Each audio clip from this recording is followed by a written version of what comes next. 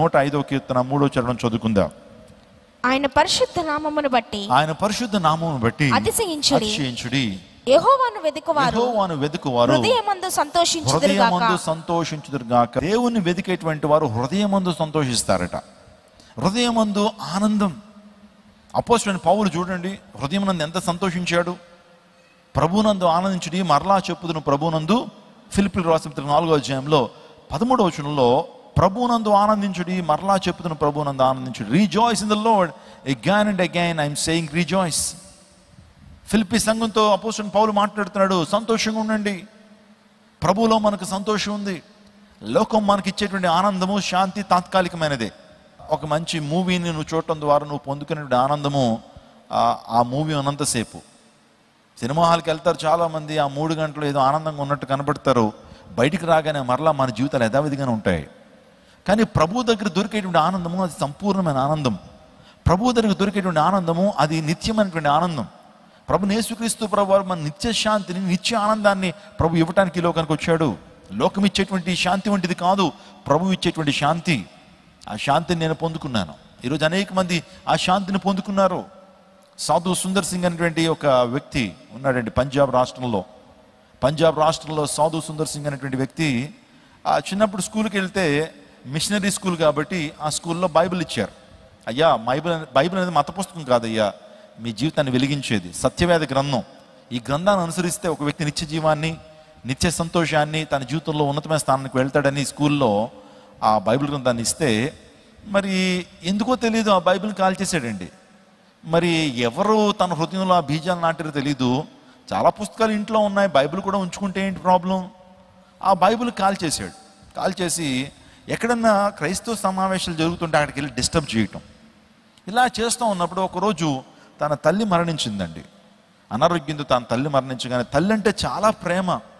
అసలు నా తల్లి ఎందుకు మరణించింది, అసలు నా తల్లి ఎక్కడికి వెళ్ళింది, నా తల్లి మరణించడం అంటే ఏంటి, నిన్నటి వరకు నాతోనే ఉందా, ఈరోజు ఎందుకు లేదు నా తల్లి, నాతో ఎందుకు మాట్లాడట్లేదు, నాతో ఎందుకు సంభాషించట్లేదు, తన ప్రేమ నాపై ఎందుకు చూపించట్లేదు అని ఆలోచన చేశాడు. అసలు మరణం అంటే ఏంటి, అసలు మనిషి పుట్టడం ఏంటి, కొంతకాలం బ్రతకడం, మళ్ళీ మరణించడం ఏంటి, ఈ జీవన్ మరణాల యొక్క రహస్యం ఏంటి, అసలు మనం ఎందుకు ఈ లోకంలో ఉన్నాం, అసలు మనం ఎందుకు ఈ లోకంలో పుట్టాం, మనకున్నటువంటి గమ్యం ఏంటి, మనకున్న అర్థం ఏంటి, మన జీవితానికి ఉన్న అర్థం ఏంటి, మన జీవితానికి ఉన్న పరమార్థం ఏంటి అని ఇలాంటి విషయాలన్నీ ఆలోచన చేస్తూ ఉన్నప్పుడు, నేను ఎక్కడి నుంచి వచ్చాను, నేను ఎందుకు బ్రతుకుతున్నాను, నా జీవితానికి ఉన్న అర్థం ఏంటి, నేను మరణించిన తర్వాత నా ఆత్మ ఎక్కడికి వెళ్తుంది అనేటువంటి విషయాలు ఎప్పుడైతే ఆలోచన చేశాడో, చాలామంది దగ్గరికి వెళ్ళి ప్రశ్నలు అడిగాడు. ఏ ఒక్కరు కూడా సరైన సమాధానం చెప్పలేకపోతున్నారు.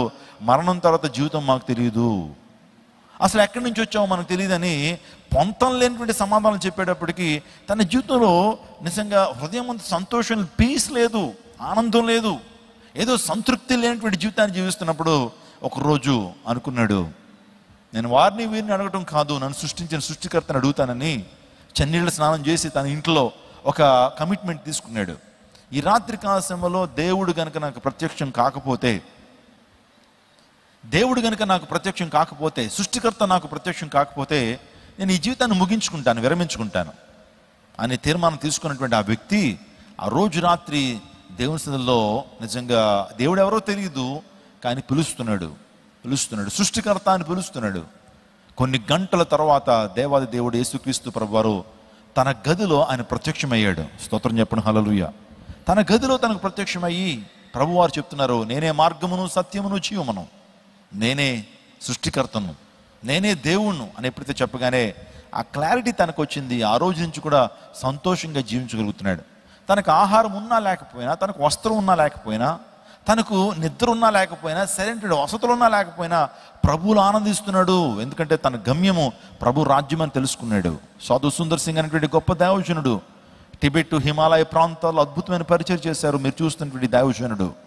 ఆయన దేవుణ్ణి చూశాను, యేసుక్రీస్తు ప్రభు యొక్క దర్శనం నాకు కలిగిందని పంజాబ్ రాష్ట్రంలో హిబ్బర్ట్ జనరల్, నేను ఈ యొక్క న్యూస్ పత్రిక పేరు కూడా చెప్తున్నాను, హిబ్బర్ట్ జనరల్ అనేటువంటి న్యూస్ పత్రిక కూడా ఆ వ్యక్తి ఒక లెటర్ రాశాడండి. నేను దేవుణ్ణి చూశాను, యేసుక్రీస్తు ప్రభు వారు నాకు దర్శనం ఇచ్చారు. ఇట్ ఈస్ నాట్ అన్ ఇల్యూజినేషన్, ఇది భ్రమ కాదు, ఇది భ్రాంతి కాదు. ఇట్స్ నాట్ అన్ ఎలిజినేషన్, ఇది హెలిజినేషన్ కాదు, నేను నిజంగా చూశానని చెప్పి ప్రభు ప్రభు యొక్క సువార్త సేవలో అద్భుతంగా వాడబడ్డాడండి. సొంత తల్లిదండ్రులు లేకపోతే సొంత తండ్రి మామయ్యలు వీళ్ళందరూ కూడా అన్నంలో విషం కలిపెట్టారండి ఈయనకి. ఎందుకు తెలుసా? యేసు ప్రభు నమ్ముకున్నాడు అనేటువంటి ఒకే ఒక కారణంతో వీడిని చంపేయాలనే ఉద్దేశంతో పిలిచి భోజనంలో అన్నంలో విషం కలిపెట్టారు. కానీ బాధపడ్డాడు. నిజంగా కడుపంతా కూడా పెయిన్ స్టార్ట్ అయిపోయింది, నొప్పి ప్రారంభించబడింది. ఆ ప్రేగులన్నీ కూడా ఒక రకంగా చెప్పాలంటే ఆ విషయానికి ఏమవుతుందంటే అవన్నీ కూడా లోపల చాలా నొప్పి వస్తూ ఉన్నప్పుడు ప్రభు సన్నిధికి వెళ్ళి ప్రార్థన చేశాడు. అయ్యా, నా సొంత వారే నన్ను చంపడానికి చూస్తున్నారయ్యా, నా సొంత వారు నన్ను చంపడానికి అన్నంలో విషయం కలిపారు. నువ్వు అన్నీ చూస్తుంటాడు దేవుడు. ప్రభు, నా జీవితంలో కార్యం జరిగించండి, నీ చిత్తమైతే నన్ను బ్రతికించండి అని ఎప్పుడైతే ప్రభు సన్నిధిలో ప్రార్థన చేయగానే 3-4 వాంతులై మొత్తం విషయం అంతా కూడా బయటకు వచ్చేసిందట. స్తోత్రం చెప్పండి, హల్లెలూయా. నిజంగా సాధు సుందర్ సింగ్ తన జీవితంలో గొప్ప సంతోషాన్ని అనుభవిస్తాడు, ఆనందాన్ని అనుభవిస్తాడు. క్రైస్తవ ప్రపంచానికి అనేకమైన గొప్ప సందేశాలు అందించాడు. అతని జీవితం మనందరికీ కూడా మాదిరికరంగా ఉంది. నిజంగా దేవుని వెతికేటువంటి హృదయం అందు సంతోషిస్తారని దేవుని లేఖనం సెలవిస్తూ ఉంది.